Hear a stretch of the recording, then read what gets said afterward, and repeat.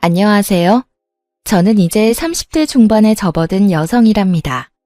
하려는 이야기가 우리 친정에 관한 이야기다 보니 좀 부끄럽기도 하지만 용기를 내어 이야기해 보기로 했어요. 우선 저는 어머니와 아버지 슬하의 두 남매 중 둘째랍니다. 위로 오빠가 하나 있죠. 저희 엄마 아버지는 평가하자면 뭐랄까 아주 계산에 밝은 분들이었어요. 돈에 민감했고 그만큼 다른 사람에게 인색했답니다. 단 한 사람, 오빠한테는 지나칠 정도로 후했어요. 오빠는 할아버지, 아버지에 이어서 3대 독자인 아들이었어요. 그러다 보니 오빠는 어렸을 때부터 금이야 오기야 컸죠. 뭐든지 오빠가 먼저였고 저는 집안에서 거의 존재감이 없었어요. 제가 어렸을 때 할머니가 점을 보신 적이 있었는데 제가 오빠의 앞길을 막을 존재라고 낳지 않는 것이 좋았을 것이라고 했대요. 부모님과 할머니는 그 점쟁이의 말을 아주 확실한 것으로 믿어버린 것 같았어요. 그래서 저는 마치 길에서 주워온 아이처럼 살았거든요. 초등학교를 다니던 시절인 어린 시절부터 부엌 심부름을 하며 자라야 했어요. 초등학교 시절 얼마나 먹고 싶은 것도 많고 갖고 싶은 것도 많은 시절인가요? 저는 먹을 것 하나, 갖고 싶은 것 하나 제대로 먹고 가질 수가 없었어요. 우리 집은 부유하지는 않았지만 그렇다고 해서 남에게 아쉬운 소리 할 만한 집안은 아니었는데도요. 경수가, 오빠가 잘 돼야 우리 집안이 잘 되는 거지. 너는 중학교 졸업하고 아르바이트해서 집안에 좀 보태라. 그리고 오빠가 좋은 대학에 가도록 다들 노력하자꾸나. 중학교밖에는 보내주지 않겠다는 청천벽력 같은 말이었죠. 저는 대학은 꿈도 안 꿨지만 그래도 고등학교는 보내줄 줄 알았어요. 결국 저는 고등학교 진학을 포기했고 근처 편의점에서 일하면서 고등학교를 혼자 힘으로 마치기로 했죠. 밤낮 교대 근무를 하면서 남는 시간에 열심히 공부했어요. 반면에 오빠를 대학에 보내기 위해 엄마 아빠는 별별 노력을 다 하더라고요. 과외 선생을 붙인다, 비싼 학원에 보낸다 등등 할 수 있는 일은 다 했답니다. 그런데 오빠는 이미 공부든 뭐든 스스로 하는 일에는 익숙하지 않았죠. 공부라고 해서 뭐가 다를 게 있겠어요. 스스로 할 의지가 없는 사람에게 과외 선생도 비싼 학원도 도움이 되지 않았답니다. 백약이 무효였지요. 저는 집안에서 전혀 지원을 받지 못한 채로 편의점에서 아르바이트를 해가면서 고등학교를 검정고시로 마쳤어요. 몇 년의 노력 끝에 지방이지만 교대에 입학하게 되었죠. 그리고 3번을 도전한 끝에 임용고시에 붙었어요. 너도 이제 집에 돈을 좀 내놔야지. 지금까지 키워준 것이 있는데 돈이 없는 것도 아니고 이제 버니까 집에 생활비 내놔라. 너도 조금 쓸 돈은 필요할 테니 한 20만 원 빼놓고 나머지는 집에 내놔라. 엄마는 제가 선생님을 시작하고 첫 월급날부터 제 돈을 노리더군요. 엄마가 어떻게 나한테 집에 생활비를 내놓으라고 하는 거예요? 나 어렸을 때부터 집안의 식모나 다름없이 컸어요. 고등학교 공부도 안 시켜줬잖아. 편의점에 취직할 때 미성년자라고 취직 안 시켜준다는데 부모 동의 받아오라니까 엄마 얼른 도장 찍어주던데요. 그 돈까지 달라고 했으면 지금 달라고 하면 안 되지. 설마 그 도장 찍어준 대가로 생활비 내놓으라는 거예요? 엄마가 저한테 해준 게 대체 뭐가 있다고 돈을 내놓으란 거예요? 엄마의 요구를 거절했어요. 그리고 아예 집을 떠나서 학교 근처에 자취방을 하나 구했죠. 집을 벗어나니 정말 세상이 자유롭더군요. 그러나 돈을 요구하는 엄마의 연락은 집요하게 계속되었어요. 오빠는 왜 나가서 아르바이트도 못한대? 오빠한테 나가서 일해서 집에 돈 내놓으라고 하세요. 분명 말하는데 나는 한 푼도 못 줘요. 오빠는 도대체 무슨 생각인지 매일 집에서 빈둥빈둥 프로야구나 보면서 시간을 보내는 것 같더군요. 엄마의 생활비를 요구하는 방식은 이제 아주 노골적이었죠. 어느 날 제가 퇴근을 하려는데 학교 앞에서 엄마가 기다리고 있더라고요. 제가 그렇게 거부하는데도 또 씨알도 안 먹힐 요구를 하더군요. 오빠가 어떤 괜찮은 직장의 면접을 보아야 한다며 면접에 입고 갈 명품 양복을 사달라고 말이죠. 그런데 놀랍게도 상무 직함의 자리라죠. 그리고 요구하는 양복의 가격이 거의 200만 원에 육박하는 양복이었고요. 헛웃음이 나올 수밖에 없었어요. 절대 안 된다며 거절하긴 했지만 절대로 정상적인 회사는 아니다 싶었는데 나중에 알고 보니 어떤 술집이었어요. 술집의 술 상무 자리였죠. 하긴 술 좋아하고 담배 많이 피우고 오빠에게 딱 맞는 자리라는 생각은 들었죠. 그러던 중 퇴근 후 엄마가 웬일인지 사근사근한 목소리로 집으로 오라고 하더라고요. 또 돈 얘기겠지 싶어서 가기 싫었지만 인사할 사람이 와 있다고 하기에 억지로 집으로 갔어요. 얘, 인사해라. 네 옳게 될 사람이야. 얘가 우리 딸인데 일이 잘 풀려서 선생님이지 뭐니? 서로 인사들 해라. 시누이 옳게 될 사이들 아니냐. 아마 우리 딸이 결혼할 때 많이 도와줄 거다. 오빠가 일하는 그 술집에서 일하는 사람인지 아니면 손님이었는지 모르겠지만 그 술집에서 만난 사이라고 하더군요. 이번에는 오빠의 결혼 자금을 끈질기게 요구했어요. 하지만 저는 축의금 봉투 하나만 전달하고 제 역할을 끝냈죠. 오빠는 결혼을 해서도 자기 살림을 꾸릴 능력이 없는 사람이었어요. 그 올케라는 사람도 도대체 밖에서 뭘 하는지 집에 붙어있지 않고 돌아다니는데 왜 두 사람 먹고 살 돈조차 벌 수 없는지 황당하더군요. 네 오빠가 그 상무자리 그만두고 사업을 좀 할 것 같구나. 그래서 말인데 경수가 네가 직업도 확실하고 신용도도 좋으니 대출을 최대한 받아서 좀 보태라. 네 오빠가 이번엔 사업 아이템을 제대로 잡았어. 생활비조차 못 버는 사람이 사업이라니. 그것도 대신 대출을 해달라고 부탁하는 엄마가 더 이상 제 부모로 보이지 않았어요. 저는 분명히 오빠한테 가는 돈은 못 해준다고 딱 잘라 말했고요. 한 푼도 못 내놔요. 나 어릴 때 부엌일하면서 자란 사람이에요. 인형 하나 사달라고 그렇게 말해도 누가 쳐다보기나 했어요? 내가 간신히 용돈 모아 사서 놀던 종이 인형 태우면서 놀던 오빠예요. 내가 너무 화가 나서 오빠를 밀었다고 나 매 무척 맞았어요. 도대체 밥 먹고 화장실 가는 거 말고 오빠가 스스로 할 수 있는 일이 뭔데요, 대체? 이번에도 엄마, 아버지가 대신 사업자금 마련해 주세요. 공부랑은 상관도 없는 사람 3수, 4수까지 시키면서 대학 보내겠다고 들인 돈 정도면 오빠 사업자금 대고도 남아요. 보세요. 얼마나 능력이 없으면 결혼하고 나서도 부모 손길 떨치지 못해 애새끼 마냥 돈 달라고 하는 꼴을 좀 보시라고요. 오냐, 그래. 내가 너한테 뭘 바라겠냐? 아이고, 제 오빠 앞길을 가로막을 것이라고 하더니만 아주 그 말이 딱 맞아. 제 오빠가 일을 하겠다는데 한 푼도 못 돕겠다고? 이게 낳고 키워준 대가냐? 엄마하고 이렇게 큰 싸움이 되었어요. 엄마가 절 한 대 칠 듯이 말했지만 제 입장을 굽히지 않았죠. 그런데 올케가 결혼한 지 7개월 만에 아들을 낳았어요. 알고 보니 속도 위반이었죠. 그렇게 세월이 지나면서 저도 이제 결혼을 생각할 나이가 되었어요. 같은 학교 동료 교사 한 사람이 제 마음에 들었죠. 학교 안에서 이 사람의 성실성과 근면함을 인정하지 않는 사람이 없었거든요. 인사고과 성적도 좋았고 학생들에게도 인기가 있는 사람이었어요. 그리고 그 사람을 아는 모든 사람들이 착하다고 평가하는 사람이었죠. 저하고는 나이 차이가 좀 있었거든요. 처음엔 서로 설레는 마음을 안고 연애를 시작했는데 시간이 지나도 선뜻 결혼하자는 말을 안 하는 거예요. 결국은 제가 먼저 마음을 밝혔는데 단번에 차이고 말았답니다. 나도 경숙 씨 참 좋아하는데 내 처지가... 미안해요, 경숙 씨. 나 살기 바빠서 연애는 지금처럼 가볍게 해도 저는 결혼은 못하겠어요. 정말 미안해요. 거의 울다시피 이런 말을 하는 것이었어요.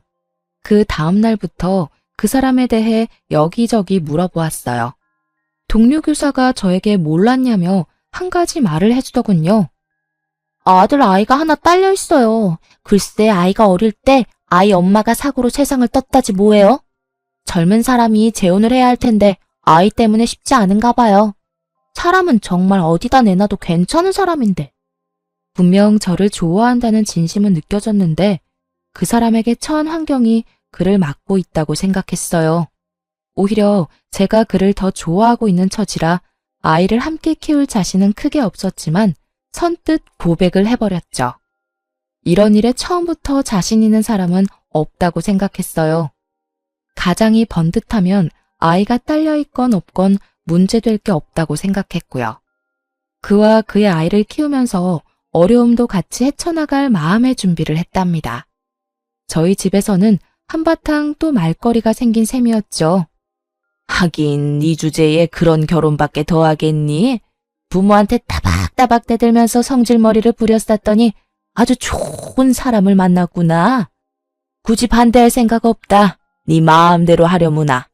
하지만 결혼 준비는 네가 다 알아서 해라. 네 오빠 결혼시켜서 돈도 없지만 말이다. 그렇게 그 사람과 100년 가약을 맺었답니다. 아이는 초등학교 1학년이었는데 눈이 똘망하니 귀여운 아이였어요. 신혼여행을 갔다 와서 친정이랍시고 인사를 갔는데 하다못해 사위 대접할 음식 하나를 제대로 만들어 놓지를 않았더군요. 제가 미안해서 남편에게 얼굴을 들 수가 없을 정도였어요. 그리고 어쨌든 제가 키우게 된 아이니 집에 인사를 시켰죠. 오빠의 아들과 내 아이에 대해서 차별은 뭐 보나 마나였죠. 아이는 둘인데 과자는 한 봉지만 사와서 어린 조카만 먹이는 것이었어요. 어릴 때 오빠와 저를 차별하는 것과 똑같더군요. 자칫하면 아이에게 저 어릴 때와 같은 상처를 줄 것만 같아 조마조마했어요. 아이가 참 어리지만 제 아빠를 많이 닮아 정말 착했어요. 남편은 말할 것도 없이 성실하고 착했고 아이도 수줍게 저를 잘 따랐어요. 남들이 뭐라고 하건 저는 정말 행복한 결혼 생활을 누리고 있었죠. 하지만 한 가지 걱정거리가 있었어요. 그것은 남편이 너무 착해 빠졌다는 것이었죠. 불쌍한 걸 보면 그냥 지나칠 줄 모르는 사람이었어요. 주머니에 차비 한 푼 안 남기고 길거리에서 폐지를 줍는 할아버지에게 다 털어서 드리고는 걸어오는 일도 있었어요. 그러던 중에 우리 집에 뜻밖의 사람이 찾아왔는데요. 웬 품이 있어 보이는 노신사가 저희 집을 두드렸죠. 저는 신명순 씨의 유언을 집행하러 온 변호사입니다. 신명순 씨가 유일한 혈족인 김남훈 군에게 상속분을 남기셨어요. 무슨 상속일까 싶어서 이야기를 들어보았는데 알고 보니 상속을 해준 사람은 아이의 친외할머니라는 것이었어요. 아이의 엄마는 그 할머니의 외동딸이었고 아이 외에 다른 혈족도 없다는 것이었죠. 그래서 아이에게 유언으로 단독 상속을 받도록 했다는 것이었어요. 그런데 그 상속의 내용을 보고 저흰 정말 깜짝 놀랐답니다. 경기권의 토지에 상가에 현금에 수십억에 달하는 재산이었어요. 아이 아빠도 자신의 전 장모에게 그런 정도의 재산이 있었다는 것은 몰랐다고 하더군요. 아이 아빠는 집이 좁아서 아이가 뛰놀기에 적당하지 않고 제가 불편할 것이라며 우선 집부터 옮겼고 그러고는 다른 일에 특별히 돈을 쓰지 않더군요. 학교도 그만두지 않고 여전히 성실하게 일했고 저 역시도 계속 학교에 나갔어요. 그렇게 평상시와 다름없는 일상이 흐르고 어느 날 친정에서 전화 한 통화를 받게 되었어요. 남편과 함께 친정에 가보니 그야말로 난리가 났더군요. 아이고 내 팔자야. 같이 사업을 하겠다기에 여기저기서 빚을 얻어서 3억이나 만들어 주었더니 그걸 들고 튀어버렸어. 이 썩을 며느리년이. 아이고. 네 오빠 사업할 돈이었다. 아이고 그걸 몽땅 가지고 날라버렸어. 내가 사람을 미리 알아보았어야 하는 건데. 엄마가 땅을 치고 울고 있었고 아버지는 창가에서 담배만 피우고 있었어요. 도대체 우리 가족들 능력으로 어떻게 3억이나 되는 돈을 마련할 수 있었는지 알 수 없는 일이었어요. 그런데 이 일의 불똥이 우리 집에까지 튀고 말았죠. 여보게 김서방, 자네 처가가 알다시피 지금 난리가 났네. 3억 원만 좀 도와주게. 자네 입장에서 3억 원은 별 큰 돈은 아니지 않나. 꼭 좀 도와주게. 예, 경수가, 네 남편한테 말 좀 해봐, 어서. 제게 부탁하면 씨알도 안 먹히니 마음 약한 남편을 건들기 시작했어요. 설마 착한 제 남편이 그러겠다고 말이라도 해버릴까봐 단번에 싫다고 거절했죠. 지금 그걸 말이라고 해요? 3억이 어디서 났는지 모르겠지만 3억을 관리 못한 오빠 책임이지 왜 우리한테 빌려달라 그래요? 돈 앞에서 치사하게 굴 때는 언제고 우리 식구한테 요구할 입장이 된다고 생각해요? 오빠가 스스로 일을 해서 벌어서 써야죠. 그놈의 사업. 사업할 주제도 안 되면서 그저 남 밑에서 일하기 싫어서 그깟 사장 소리 들으려고 사업하는 거 정말 우습지도 않아요? 올케라는 사람, 그 사람도 술집에서 만났다며. 그럼 이런 일 일어날 줄 몰랐다는 게 말이 돼? 앞으로 이 지긋지긋한 집이랑 인연 끊을 테니까 돈 빌려달라는 말 다시 꺼내기만 해봐. 그리고 우리 남편한테 몰래 연락해서 돈 달라고 압박 주기만 해봐요. 그땐 진짜 가만 안 있어. 다 뒤엎어버릴 테니까. 내 말 잘 알아들어요? 제가 아주 단호하게 거절을 하니까 집요하게 조르던 부모님이 일단 물러서더군요. 저는 이렇게 친정집으로부터 더 멀어지고 있었어요. 엄마, 아버지도 그리고 그 한심한 오빠도 더 이상 보고 싶지가 않더라고요. 착하디 착한 남편은 또 가족끼리 그러는 거 아니라고 저를 설득했고요. 저는 남편한테 착한 것이 나쁜 것은 아니지만 무조건 착한 것도 문제가 될 수 있을 것이라고 따끔하게 일렀죠. 그런데 그 무렵 친한 친구한테 전화를 한 통화 받았어요. 예, 경수가, 이게 얼마만이니? 너 결혼식 때 보고 이게 처음인가 보다. 얼마나 깨가 쏟아지길래 이렇게 연락이 없니? 저는 그동안 직장 다니랴 아이 키우랴 정신이 없었다고 친구한테 미안하다고 사과를 했는데 뜻밖의 대답이 들려왔어요. 예, 나 말야, 네 오빠 제주도에서 봤는데 꽤 고급 호텔이었거든? 그런데 네 오빠랑 네 부모님까지 다 같이 있는 것 같더라. 너 알고 있나 싶어서 연락했어. 저는 웃으면서 친구한테 잘못 본 거 아니냐고 되물었죠. 친정 상황이 그런 비싼 곳에 드나들 상황이 아니라고 말이에요. 그랬더니 친구가 두 눈으로 똑똑히 보았다며 셋이 지금 어디에 머물고 있는지 꼭 확인해 보라며 당부하더군요. 전화를 끊고 곰곰이 생각하다가 결국 친정집으로 가보았죠.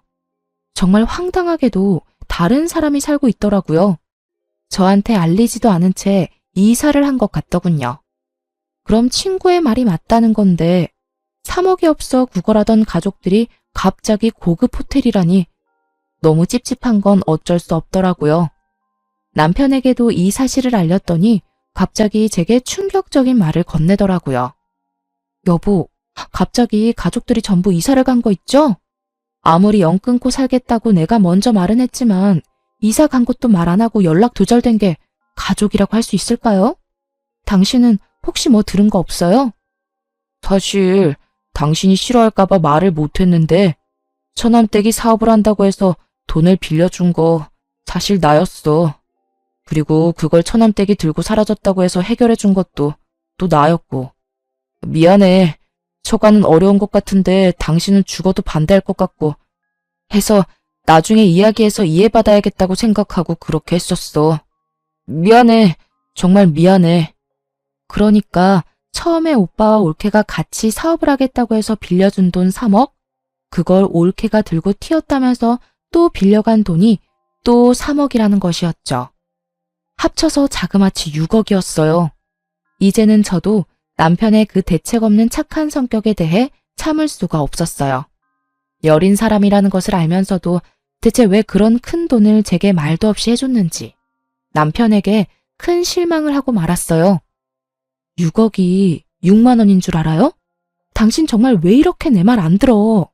그 돈이 거기 가서 쓸모 있는 곳에 쓰인다면 내가 말을 안 해. 보나마나 되지도 않을 사업에 투자해버리고 날릴 돈이었다고. 도대체 내가 우리 친정 도와달라고 말한 적 있어요? 왜 시키지도 않은 짓을 해서 날 이렇게 난처하게 만드는 거예요? 지금 내 속이 얼마나 끓고 있고 나문이한테 미안한 줄 알아요? 제발 그 성격 좀 고쳐요. 네? 무턱대고 착한 것만이 능사가 아니라고요. 착한 남편은 그저 미안하다는 말만 계속하더라고요. 친정 식구들이 결국 착하디 착한 남편의 성격을 이용해 저를 그리고 우리 집을 속인 것이었죠. 돈이란 거 그거 부질 없는 거야. 돈 때문에 그렇게 화내지는 마. 당신답지 않아. 돌아올 돈이라면 다 돌아오게 되어 있어. 어쨌든 그냥 드린 건 아니고 빌려드린다고 분명 말했으니 일평생을 두고 천천히 받으면 될 거 아니겠어? 그 이후로도 남편은 별 걱정이 없어 보였답니다. 그저 평상시와 다름없는 일상을 살았고 또 저만 속을 끓이고 말았죠. 남편과 아이에게 미안해하면서도 그만한 돈을 턱 친정 식구들에게 내어준 남편에게 바가지를 긁었답니다. 그러다가 저까지 그냥 있을 수만은 없다는 생각이 들었어요. 돈을 6억이나 떼어놓고도 착해 빠지기만 한 남편을 대신해서 아름아름 친정 식구들의 소식을 알아보기 시작했어요. 쉽지는 않았지만 돈을 써서 알아보니 금방 찾게 되더군요. 서울에 위치한 호화 빌라에서 떵떵거리며 사는 것 같더군요. 착해 빠진 남편은 제껴놓고 저 혼자 친정으로 찾아갔죠. 초인종을 누르자 안에서 화면으로 저를 본 엄마가 놀라더군요. 그런데 그 순간 계단을 올라와 친정 쪽으로 걸어오는 누군가의 얼굴에 소스라치게 놀라고 말았습니다. 돈을 들고 튀었다던 그 올케란 년이 손에 명품 로고가 붙은 쇼핑백을 잔뜩 들고 집으로 들어오다가 저에게 딱 걸린 거였죠. 올케를 붙잡아 세우고 같이 들어가기 전까지는 집에 못 들어갈 거라고 엄포를 놓았어요. 그냥 엄포가 아니라 정말 한 발자국도 물러설 생각이 없었거든요. 올케는 집으로 들여야 했으니 결국은 엄마가 문을 열었죠. 아버지와 오빠가 저를 보고 귀신을 본 듯 놀라더군요. 집에 와서 남편에게 친정 식구들의 소재지를 알아냈다고 이야기해 주었어요. 남편이 알 수 없는 미소를 띠더군요. 여보가 직접 알아낼 줄은 몰랐네.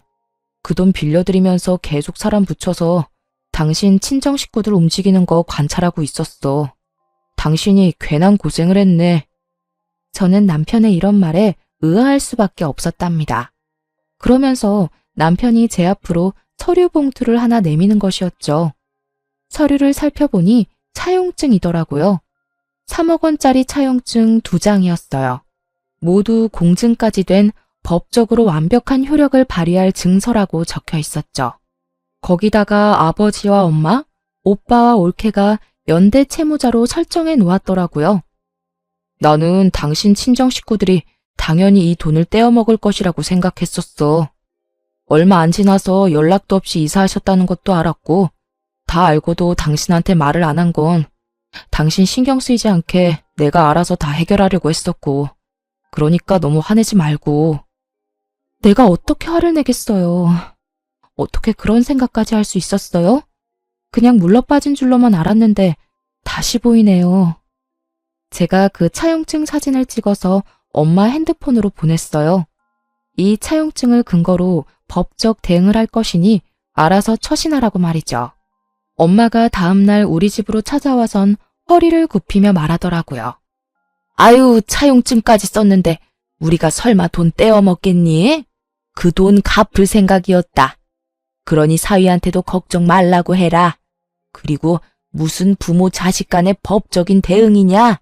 그런 말 말고도 우리 이제 왕래하며 지내자꾸나.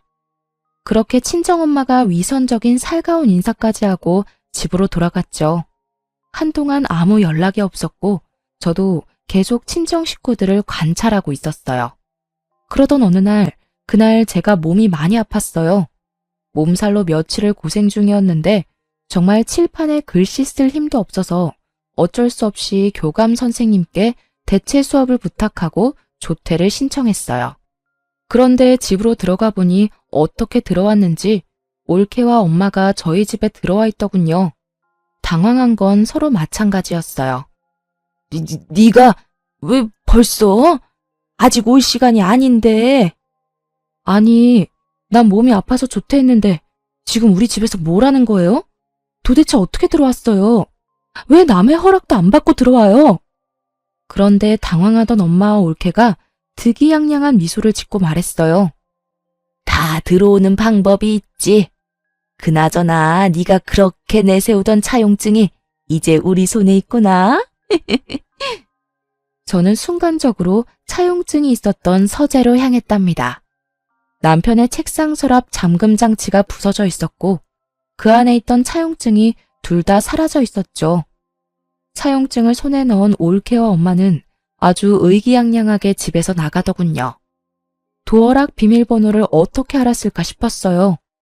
올케와 엄마가 그렇게 돌아가고 퇴근한 남편에게 말했어요. 차용증을 훔쳐갔다고 말이에요. 남편이 서재를 보더니 한숨을 쉬더군요. 걱정하지 마. 내가 다 알아서 할 테니까. 아무래도 일을 좀 더 빨리 진행시켜야겠네. 그러더니 어딘가에 전화를 걸어서 질문을 몇 가지 하더니 설명을 들은 남편은 고개를 끄덕이며 겉옷을 챙기기 시작했어요. 잠시 나갔다 오겠다던 남편은 어떤 신사분하고 같이 들어오더니 제게 얼른 친정으로 가자고 말하더군요. 영문도 모른 채 일단 남편을 따라 나섰죠.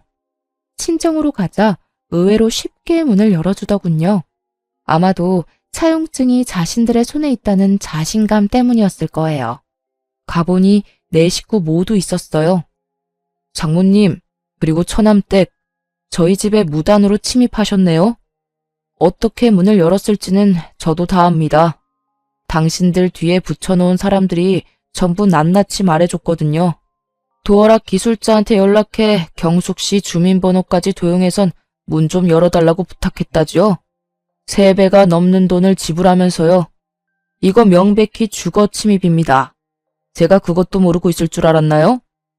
그리고는 남편이 핸드폰을 열어 파일을 찾더니 오디오 파일 하나를 들려주는 것이었어요. 아이고, 내 팔자야. 같이 사업을 하겠다기에 여기저기서 빚을 얻어서 3억이나 만들어 주었더니 그걸 들고 튀어버렸어. 이 썩을 며느리년이. 아이고. 엄마의 이 거짓 하소연이 그대로 녹음되어 있는 것이었어요. 오빠의 목소리도 또렷하게 녹음되어 있더군요. 올케와 사업을 하겠다고 하면서 3억 원을 빌려달라면서 언제까지 갚겠다며 약속하던 말이었어요. 너무 큰 돈을 요구하시기에 제가 할 수 없이 녹음을 좀 했습니다. 첫 번째 채무에 대해서는 당연히 갚을 날짜가 지났으니 채무 불이행 소송을 진행할 생각입니다. 그리고 두 번째 채무에 대해서도 도주한 사실이 없는 처남댁이 도주했다고 하면서 또 저를 속이셔서 돈을 빌려가셨으니 당연히 사기죄로 법의 심판을 받게 할 것이고요. 그리고 그 신사분이 봉투를 열어 서류들을 꺼내 보이는 것이었어요. 집에 있던 차용증을 자세히 안 보신 모양입니다. 그것들은 모두 사본이에요. 정보는 공증을 맞춰서 제게 보관을 시키셨죠. 저는 이분의 변호사입니다. 엄마와 올케 얼굴이 새파랗게 질리는 것을 볼 수 있었죠. 에이, 자네가 설마 그걸 가지고 우리를 어떻게 하려고? 자네 착한 사람 아닌가? 그리고 그 돈 정도야 자네 입장에서 큰 돈도 아니고 말이야. 그저 처가 좀 도와주었다고 생각하면 되는 게야. 자네는 길거리에서 일하는 할아버지도 지나치지 못하고 도와준 사람 아닌가? 친정아버지는 당황하면서 이 사태를 없던 것으로 덮으려고 애를 쓰더군요. 아무리 화가 나더라도 친정아버지를 때릴 수도 없고 정말 제가 우리 할아버지로 환생을 하고 싶더라니까요. 그러면 하다못해 종아리라도 몇 대 칠 수 있잖아요. 길에서 일하는 할아버지야. 그 연세에도 열심히 사시는 분이니 차비까지 털어서 도와드렸죠. 그분이 정말 필요한 일에 쓰시겠다고 6억을 빌려달라고 하면 저 또한 빌려드릴 용의가 있습니다. 스스로 노력이라는 걸 하는 사람이니까요. 그런데 지금의 경우는 그 경우하고 완전히 다른 것 같은데요. 이렇게 말하는 남편이 마치 처음 보는 사람 마냥 낯설게 느껴지더군요. 그 착해 빠진 사람은 어딜 가고 마치 영화에서 본 셜록 홈즈 같이 날카롭고 냉철해 보이는 남편이 제 눈앞에 서 있었어요. 제가 2번이나 아무 말 없이 도와드렸죠. 그리고 평상시에 제 성격을 아시고는 공증된 차용증까지 만드시고도 아무 일도 없을 것이라고 생각하셨겠죠. 하지만 말입니다. 동네를 돌아다니는 코딱지만한 강아지도 꼬리를 밟히면 짖는 법입니다. 제 믿음을 2번이나 배신하셨어요. 만일 정말로 처남과 처남댁이 사업을 할 돈이었고 그걸 처남댁이 들고 사라졌다고 한다면 저 2차용증 사용하지 않았을 겁니다. 그런데 네 분이 완전히 저를 바보로 생각하셨네요. 그래서 2번에 걸쳐 6억을 저를 속여 뜯어내신 거였고요. 애초에 처남과 처남댁의 사업 얘기부터가 거짓이었죠. 엄마는 훔쳐낸 차용증이 사본이라는 것을 알고는 이성을 잃고 씩씩거렸죠. 거실을 이리저리 돌아다니면서 분을 삭히려고 하는 것 같았어요. 오빠랑 올케는 무릎까지 꿇고 천처를 부탁한다며 애절하게 빌더라고요. 우는 소리 듣기 싫었던 저는 코웃음 치며 말했죠. 점쟁이가 오빠 앞길을 제가 막을 것이라고 했다더니 그 말이 정말 맞네요. 저는 선처해달라고 말할 생각이 없어요. 감히 사기를 쳤으니 혼 좀 나야죠. 그런데 제 말을 들은 엄마가 이성을 잃고 제 머리채를 잡고 흔드는 못 볼 꼴이 벌어졌죠. 남편이 뒤늦게 떼어놓으려 하는데도 엄마는 정말 있는 힘을 다해서 매달리더라고요. 도저히 뿌리칠 길이 없을 정도로 힘이 강했어요.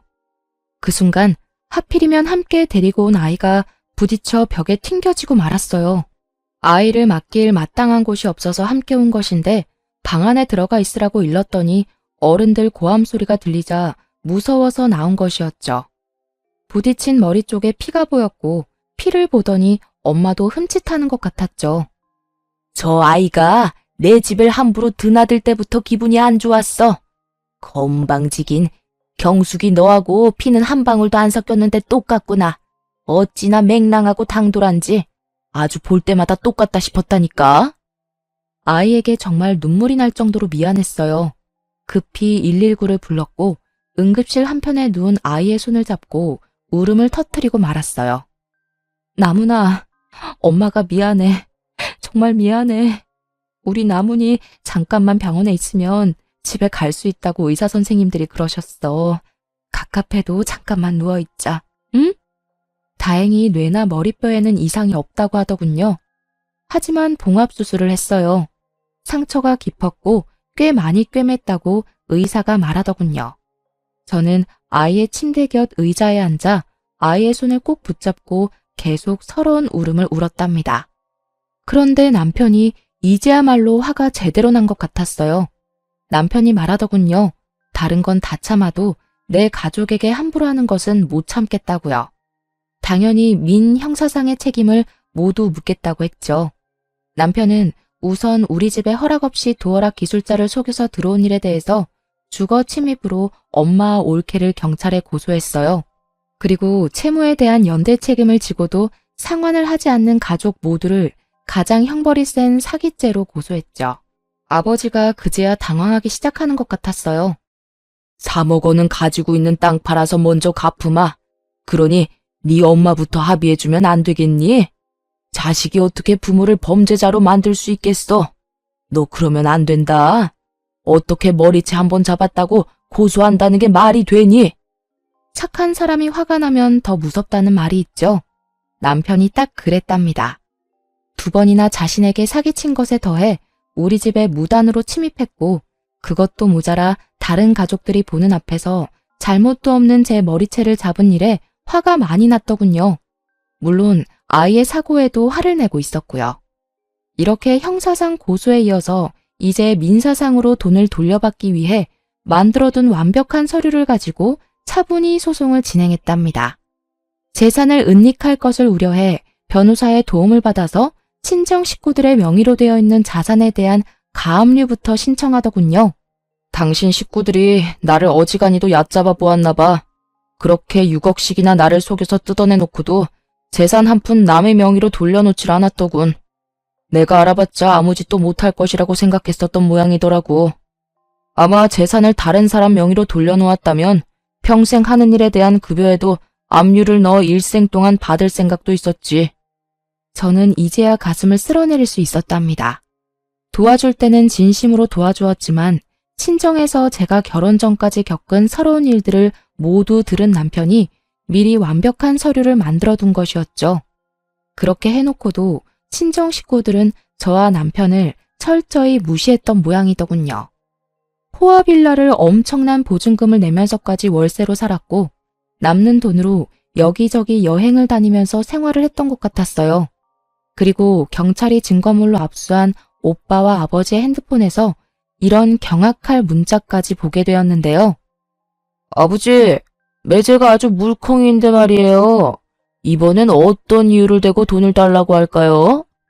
엄마 아버지가 빚에 쪼달리고 있다고 하니까 3억 원을 선뜻 내놓았잖아요. 이번엔 아주 아버지가 불치병에 시달리고 있다고 할까요? 그래, 그것도 좋은 생각이구나. 그것도 아주 돈 많이 드는 고액암에 걸렸다고 해봐. 그러면 아마 그 물컹이가 지갑을 또 열 거다. 빌려간, 아니 사기친 돈으로 호화 생활을 하며 떵떵거리던 친정은 이제 폭망할 처지에 놓이고 말았어요. 그런 친정 부모와 오빠에게 제가 한마디 해주었어요. 나더러 애딸린 신랑 만났냐고 비웃더니 도대체 사람 보는 눈이 있는 거예요, 없는 거예요? 올케 절대로 좋은 엄마나 며느리 될 사람 아니었어요. 그것도 못 알아보고 착한 사위는 이용하고 도대체 어떻게 사람들이 이래요? 스스로 살아갈 생각은 전혀 없고 기재라도 걸려서 다행이지. 아무 죄 없는 남편이랑 제가 피눈물 흘리는 건 안중에도 없죠. 모든 법적인 절차를 다 동원해서 당한 값은 모두 되돌려 줄 테니까 알아서들 하세요. 집안 사정이 이렇게 되자 올케네는 매일 밤 부부싸움이 일어난다고 해요.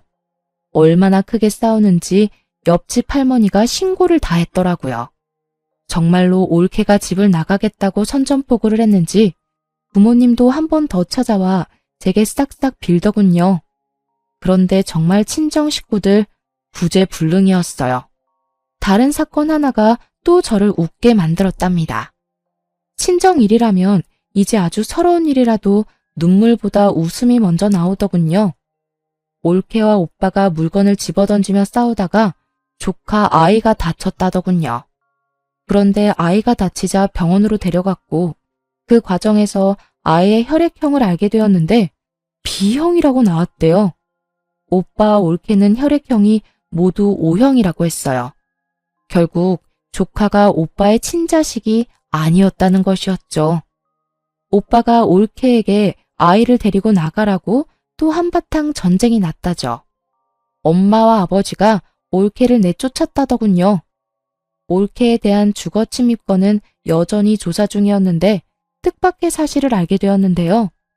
올케가 먼저 만나던 남자가 있었는데 결혼은 하지 않고 동거를 했었나 봐요.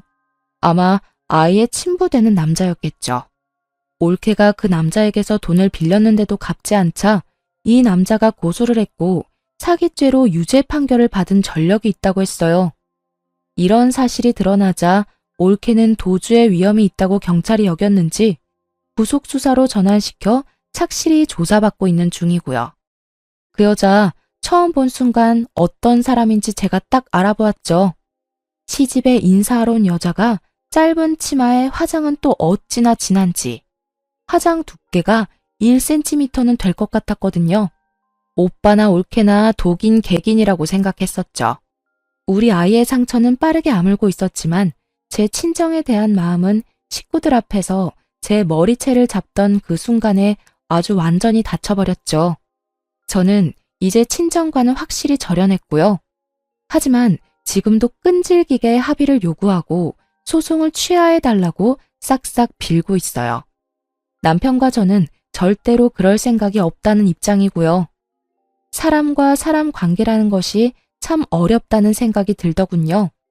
도대체 자신들 슬하에 태어난 모두 같은 자식인데 저한테만 왜 그렇게 심하게 대하며 키웠는지 엄마에게 물었었죠.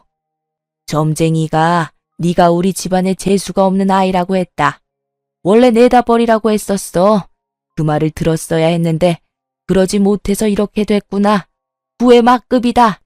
그저 평범하게 다른 집들처럼 공평하게 자랐더라면 아마도 가족끼리 서로 도울 수 있었을 거예요. 그런데 이 당연한 일이 왜 우리 집에서는 그렇게도 어려웠던 것일까요?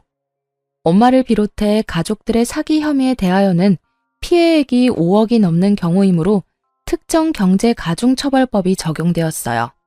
그래서 이를 주도한 엄마가 1년 6월에 징역을 선고받았어요. 오빠도 엄마보다는 혐의가 약한 것으로 인정되었지만 특경법에 의해 징역 1년을 선고받았죠. 올케는 약식 기소로 벌금 500만 원을 내게 되었고요. 그리고 친정 식구들에게 남은 것은 하나도 없었죠. 살고 있던 집, 그 외에 우리에게서 가져간 돈으로 사놓은 부동산 등 모든 재산이 차용증을 근거로 압류되었죠.